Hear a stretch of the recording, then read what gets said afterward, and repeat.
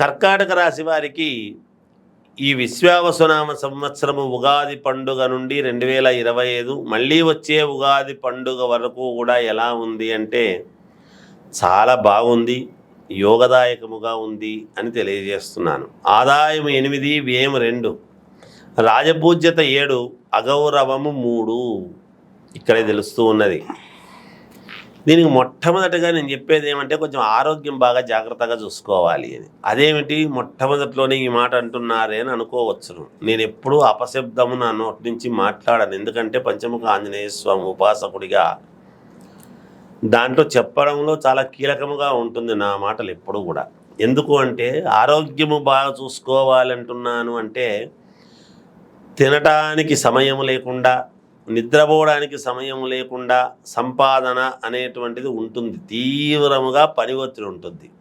నిరంతరము పని చేస్తూ సంపాదన ఇంకా రావాలని తపనతో ఆరోగ్యాన్ని జాగ్రత్తగా చూసుకోకుండా ఉండొద్దండి అని తెలియజేస్తూ ఉన్నాను. అంటే అంత సంపాదన ఉంటుంది మీకు అని దాని అర్థం. విదేశాలకు వెళ్ళాలి అనుకునేటువంటి వాళ్ళు వెళ్ళవచ్చును, అక్కడే స్థిరపడి ఏదో చేసుకోవాలి అనుకునేటువంటి వాళ్ళు చేసుకోవచ్చును. మంచి మంచి వ్యాపారాలు చేస్తారు ఈ రాశి వాళ్ళు, మంచి పేరు ప్రతిష్టలు సంపాదిస్తారుగాక ఈ రాశి వాళ్ళు.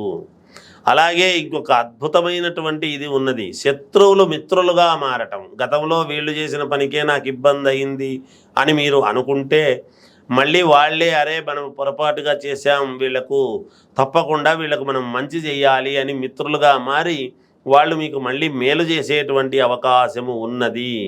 సమస్యల నుండి బయటపడడం అనేటువంటిది జరుగుతుంది. ఎన్ని సమస్యలు ఉండినా మీరు తప్పకుండా సమస్యల్లో బయట పడిపోతారుగాక. అలాగే అన్ని రంగాలలో ఉండేటువంటి వాళ్లకు కూడా చాలా యోగదాయకముగా ఉన్నది.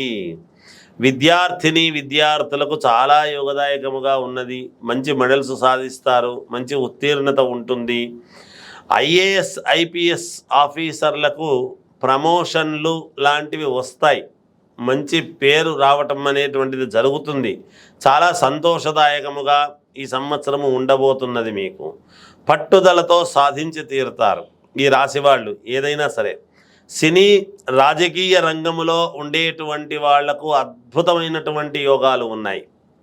మంచి అవార్డులు సాధిస్తారు, మంచి కీలకమైనటువంటి వాటిలో పాల్గొని మంచి పదవులు సాధిస్తారు.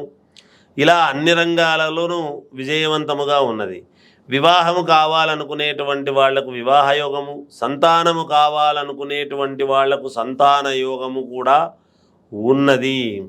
ఉన్నట్టు మాట్లాడేటువంటి విధానము కానీ, ఒక్క అడుగు మన ప్రతిభ కోపము అనేటువంటిది తగ్గించుకొని ఒక్క అడుగు వెనక్కు వేస్తే మీకు విజయము లభించి తీరుతుందిగాక అనేటువంటిది తెలియజేస్తూ జయోస్తు. ధన్యవాదాలు.